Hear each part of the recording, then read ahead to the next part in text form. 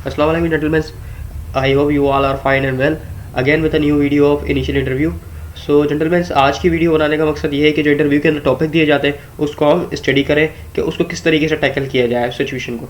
जो सिचुएशन आपको ऐसे से इंटरव्यू से पहले लिखने के लिए दी जाती है। कोई भी टॉपिक दिया जा सकता है, आपके अपोजिट जेंडर पे दे दिया जाता है, मोस्ट टाइम गर्लफ्रेंड के ऊपर, या मोस्टली टाइम डेमोक्रेसी और मोनार्ची पॉपुलेशन पे दे दिया जाता है, डेमोक्रेसी और मोनार्ची पे दे दिया जाता है, और भी डिफरेंट टॉपिक्स या बटरफ्लाई पे भी।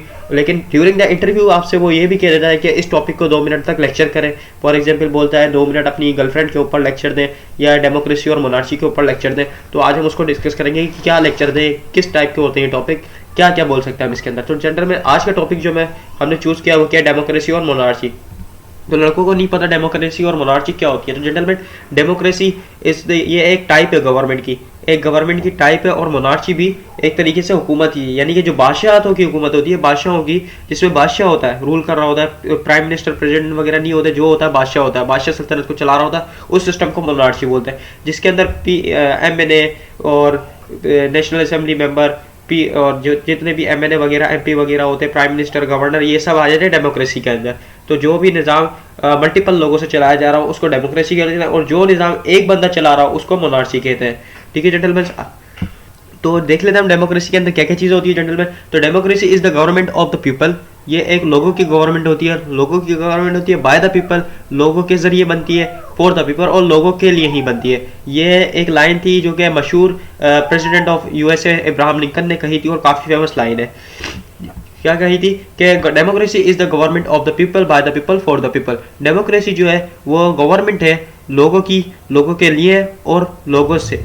ठीक है gentleman, in democracy the leaders are elected by the people. जो लीडर होते हैं डेमोक्रेसी के अंदर वो सिलेक्ट किए जाते हैं, इलेक्ट किए जाते हैं लोगों से, लोगों के जरिए, खुद से नहीं आते वो लीडर बन के, वो लोग ही उनको चूज करते हैं एज अ लीडर। तो leader are answerable to the citizen. इस वजह से लीडर जो है जवाबदेह होते हैं लोगों के डेमोक्रेसी के अंदर। और इसके अपोजिट अगर हम मोनार्ची को देखें, monarchy lives until the written morality by losing it change it to the trainee. Trainee हम बोलते हैं जुल्म को। बादशाहत उस वक्त तक जिंदा रहती है जेंटलमैन जब तक उसके अंदर इखलाकियात बरकरार है। मोलरिटी हम बोलते हैं इखलाकियात को, इखलाकियात बरकरार है। जब तक उसके अंदर इखलाकियात होगी बादशाहत के अंदर, वो कायम रहेगी। जैसे ही वो उसे खो देगी या उसमें उसके अंदर कोई चेंजिंग आएगी तो वो जुल्म के अंदर बदल जाती है। वो बादशाहत नहीं रहती, वो जबर बन जाता है। एक जबरदस्ती आप किसी के ऊपर हुकूमत कर रहे हो, तो जब तक आपके पास इखलाकियात है आप हुकूमत कर रहे हो, अच्छा है, ठीक है। लेकिन आपकी इखलाकियात हो गई तो आप उनके ऊपर जुल्म कर रहे हो। मोलरिटी एक सिंगल बंदा।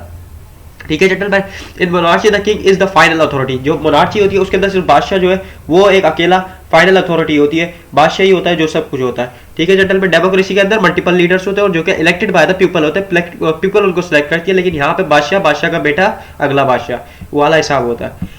नेक्स्ट चीज आती है leader answerable to the citizen. और इसके अपोजिट अगर मोनार्ची को देखें, he takes all decision and people have no power of question to about it. इसके अपोजिट जो मोनार्ची है उसके अंदर जो है ये सारे डिसीजन जो करता है किंग ही करता है, लेकिन उसके डिसीजन के अपोजिट कोई भी उससे कोई सवाल नहीं कर सकता कि ये सवाल के क्या भाई ये डिसीजन क्यों लिया है, आखिर लेने की वजह क्या है। लेकिन इसके अंदर पूछ सकते हैं कि ये करारदाद मंजूर करवाने की वजह क्या है, इससे हमें क्या फायदा होगा। ठीक है जनरल में, final power lies with the people, यानी कि लोगों के पास होती है फाइनल पावर उसे पास कराने की।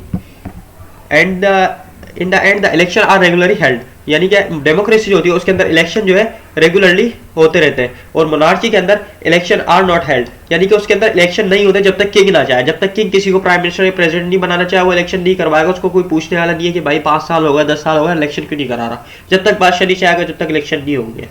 ठीक है जेंटलमैन, और अगेन जेंटलमैन अगर आप चैनल को सब्सक्राइब ना किया तो सब्सक्राइब भी कर ले ताकि नेक्स्ट टॉपिक की वीडियो भी आपको मिलती रहे जल्दी से जल्दी।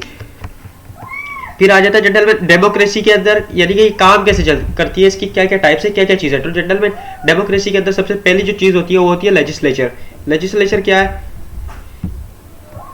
लेजिस्लेचर के अंदर जेंटलमैन हम बोलते हैं कि legislature is a branch of government जो कि रिस्पॉन्सिबल होती है, जिम्मेदार होती है कानून बनाने का मुल्क के लिए, मुल्क के अंदर कानून बनाने के लिए। Legislature are made up for the people call the, यानी कि वो चीज़ जिसको हम जो लोगों को हम इलेक्ट करते हैं अपने लीडर्स के तौर पे, जो उनकी ग्रुप जो है एक कानून बनाती है पूरे मुल्क के लिए कि पूरे मुल्क के अंदर ये कानून होगा। ये डेमोक्रेसी के अंदर लेजिस्लेचर आ गया। फिर आ जाता है executive. What is executive gentleman? Executive के अंदर आ जाता है जेंटलमैन एग्जीक्यूटिव के अंदर आया था जेंटलमैन जो कानून लेजिस्लेचर के अंदर बनाया जाता है उसके ऊपर अमल कराना, वो आया था एग्जीक्यूटिव। फिर आया था जुडिशरी। जुडिशरी मतलब जेंटलमैन हमारी अदलिया अदालत, जो कानून बनाया गया पहले किसमें, लेजिस्लेचर, कानून बनाया गया फिर उसे इम्प्लीमेंट करवाया एग्जीक्यूटिव, और जुडिशरी अगर उस पर अमल नहीं हुआ तो उसकी सजा देने का हक जुडिशरी। तो this is gentleman whole democracy क्या होती है पूरी आसान लफ्जों के अंदर, legislature, executive, judiciary is called democracy. और इसके अपोजिट अगर हम मोनार्ची को देखें तो मोनार्ची के अंदर जेंटलमैन यानी इज द फाइनल अथॉरिटी, यानी कि मोनार्ची के अंदर जो बादशाह की फैमिली है, बादशाह के पर्सनल बंदे हैं या बादशाह है, वो फाइनल अथॉरिटी है। वो जो कानून लगाना चाहे वो लगा सकता है, जो कानून पास करना चाहे पास कर सकता है, उसके खिलाफ कोई नहीं बोल सकता, ना कोई उससे सवाल कर सकता है। ठीक है gentleman, in the end gentleman आसान लफ्जों में कहा जाए तो although democracy is not best form of government, democracy जो है एक भले ही बेहतरीन फॉर्म नहीं है गवर्नमेंट, यानी इसकी गवर्नमेंट की बेहतरीन शाख नहीं है, but it is better than the alternatives which we have place of it, and of course it is better than the monarchy or dictatorship। तो जेंटलमैन डेमोक्रेसी भले ही बेस्ट फॉर्म नहीं है उसकी गवर्नमेंट की, but it is better than, यानी कि monarchy से बेहतर है डेमोक्रेसी मोनार्ची या डिक्टेटरशिप की तरह। क्यों बेहतर है, अगर पूछ लिया जाए क्यों आप डेमोक्रेसी को सपोर्ट कर रहे थे तो कहेंगे क्या उसके अंदर मल्टीपल माइंड एक साथ काम कर रहे होते, बजाय इसके कि एक माइंड काम कर रहा हो। एक माइंड काम करता है तो वो एक कभी कभार गलत फैसले भी ले लेता है, लेकिन अगर मल्टीपल ग्रुप काम कर रहा होता है तो ग्रुप के अंदर डिफरेंट माइंड होते हैं, डिफरेंट ऑप्शन होते हैं कि उसका क्या माइंड में चल रहा है, हमें पता लग जाता है, डिफरेंट आइडियाज जनरेट हो जाते हैं। तो monarchy sorry democracy is better than monarchy, आप ये कह सकते हैं। और अगर लेक्चरेट का टॉपिक मिले तो उसमें भी आप डेमोक्रेसी को सपोर्ट कर सकते हैं, इस बिना पे कि वहाँ पर मल्टीपल बंदे होते हैं जो कि सिलेक्ट होते हैं पीपल्स के जरिए, लोगों के जरिए, और मोनार्ची के अंदर सिर्फ किंग होता है जो कि जिससे कोई सवाल भी नहीं पूछ सकता।